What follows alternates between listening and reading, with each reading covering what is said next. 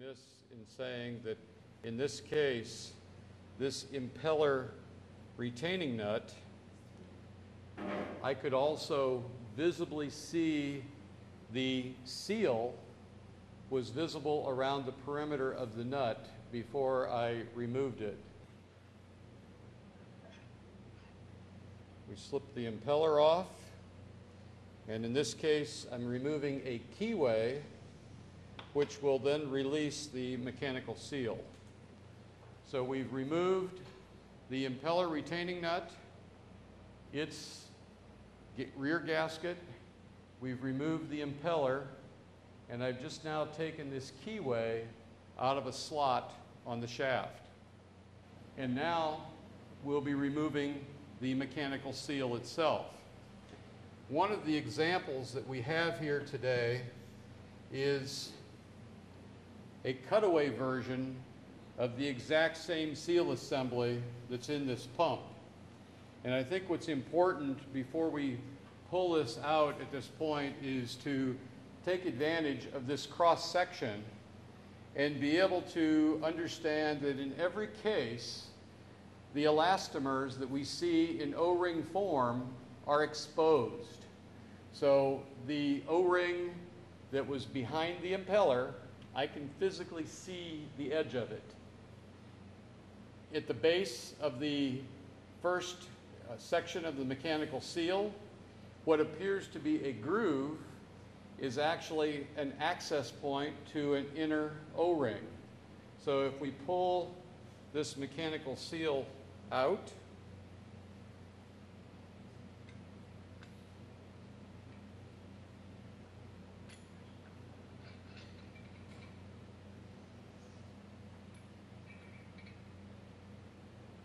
the O-ring that I was just referencing is around the perimeter, and it was part of this seal assembly. And as I push it together here, I can look in and see this O-ring is exposed to cleaning solution access. So I think, again, the key here is part of the observation that's going on during the disassembly is that we find what appears to be a recess or a nook or some area which might not be necessarily obvious. I think it's important to really at that point scrutineer a drawing so that we can better understand that there is indeed solution access. So with this in mind, while this is apart, and at this point there's one last O-ring which I will remove. Okay. So this O-ring is actually on the center shaft, and if we pull this example apart, we'll see that this is what keeps, in this case, the example is what we call a double mechanical seal, which might have a liquid flush or a liquid cascade. And this small O-ring is what keeps that liquid from following the shaft back up into the seal assembly. So, with this in mind, while the pump is disassembled, we have access to all of the product contact surface radii, and we can physically measure them. We also, in this case, we would take a set of calipers, or in the case of verifying our surface finish, which we will do, but we can verify each component against machining drawings. Not the generic exploded views that we looked at earlier. These are the actual machining drawings that are going to be used in the fabrication of the piece of equipment itself. Also, we've more or less in this description, as I was disassembling and describing to you what we're seeing, with the exposure of elastomers, the way that the seal itself is constructed, the way that the back wearing plate is inserted into the housing, we're touching on general suitability. In other words, what does the naked eye tell us with respect to the hygienic features of this equipment and its likelihood of being cleanable? So we also have to make an intelligent observation at that point. And lastly then, we'll also verify the non-product contact materials.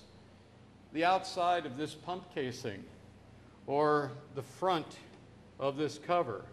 Obviously, these are made of stainless steel. Are they non-absorbent? Are they non-corrosive? So we're able to evaluate those surfaces.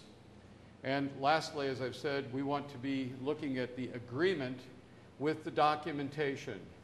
Does the instruction manual provide us sufficient data to be able to not only perform the disassembly and reassembly, but if I were the end user, is there enough guidance in this document to direct me throughout the period of ownership of this pump?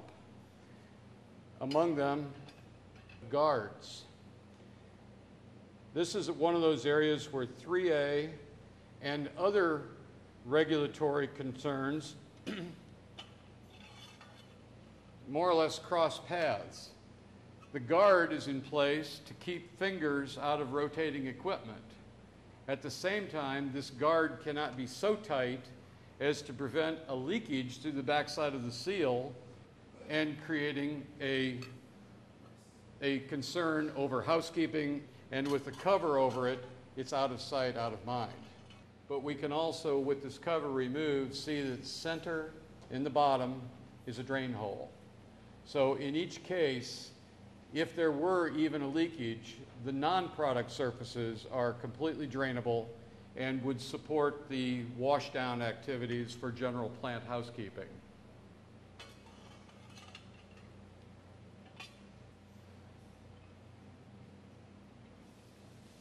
Okay, well, now I think the most important steps that we can do is simply to go through the checklist.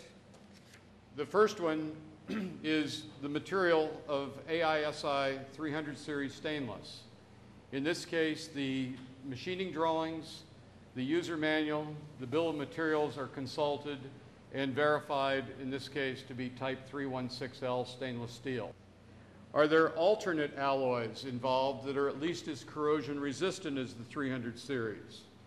In this case, the manufacturer provided details to say, yes, we use an alloy of Al6XN and also a Hastelloy material.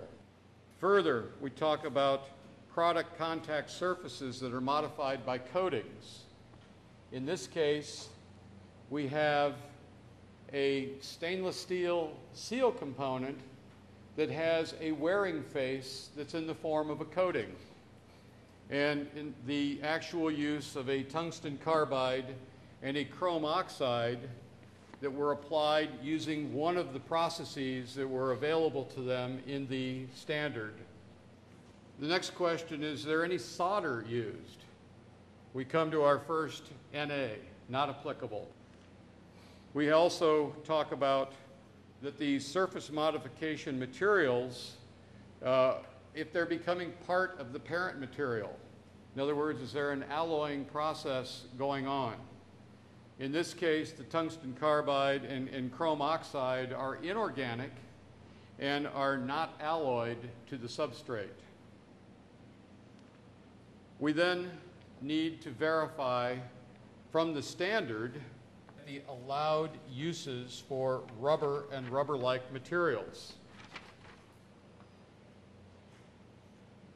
And the standard states that these may be used for rotors, stators, liners, gaskets, O-rings, seals, and parts having the same functional purpose. So in the case of our actual checklist, we've discovered from the bills of material and the fabricator themselves that these are used for gaskets, O-rings, and seals. Well, now we have details for gaskets, we have details for O-rings, and the seals themselves that cause us to look at the material certs for each one of those components and go one step deeper. I come to a material that is a fluoroelastomer rubber. This particular data sheet is more or less unusual because they themselves clearly indicate in a standalone paragraph their conformity to 3A standard 18-03. So in this particular case, we're provided the information that it's 1803 and it's class 1. In this case, class 1 would indicate the suitability of that material to 300 degrees Fahrenheit. Okay. Similarly, as I say, we have followed this same path for other seals, other gaskets, every component according to the bill of materials that was listed for each of those material certs, we will verify. And on our checklist, we come to plastics, and very much the same modus operandi. If there are plastics, we'll verify their uses per the standard. We'll verify a material cert that will indicate conformity, and along with this, conformity, in this case, to 3A Sanitary Standard 20-19. Well, the current sanitary standard for plastics is 20-25. And in this case, this particular material indicating conformity to standard 20-19 was and still is a valid material that is on the list. We also will then touch on the use of adhesives. In this case, the standard is marked not applicable. There are no adhesives used in the manufacture of this equipment. We also come to a paragraph asking for the use limits on carbon and ceramic materials. In this case, the manufacturer was able to supply a statement from Department of Health and Human Services indicating that the coatings that were used from this particular supplier that coated these seal components were deemed satisfactory to the agency. We then look at the sterilizability of the equipment. And essentially the paragraph in the standard is asking for suitability to sterilize this with steam or hot water to a temperature of 250 degrees Fahrenheit. And we then reference, again, the material certs. We reference the intent of the design from the manufacturer, and we are able to answer in the affirmative, yes, this is suitable for use at or above 250 degrees. And the reply for the additional observations and findings is that all materials are compatible at or above the stated temperature limits. We're also asked now for the first time in the standard if the non-product contact surfaces are corrosion resistant or coated. Well, we've previously stated that no coatings were being used in this equipment, but yes, indeed, the observations are that the non-product contact surfaces are non-absorbent, durable, and cleanable, and that the only thing that might be considered a coating is that there's a one-part epoxy that's applied on motor surfaces. We just want to indicate that the coating was used to render the non-product contact surface corrosion resistant. The next paragraph is wanting to verify that product contact surfaces are at least as smooth as the number 4 finish. So one of the uses will be to take our profilometer and physically perform an inspection on a representative surface that's considered product contact. And all this is doing is this device pulls the stylus and is able to log the undulations of the surface and give us the average reading. So if you'll allow me one moment here, I need to find a vantage point.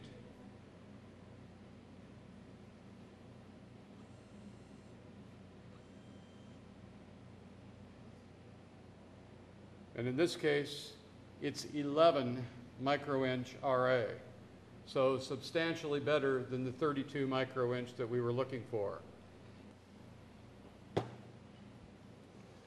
And the report, in this case, will be marked, all product contact surfaces are 0.8 micrometer RA or better. The next paragraph we're looking at is referring to permanent joints. And the question that's been created is permanent joints are continuously welded and they're at least as smooth as a number 4 ground finish.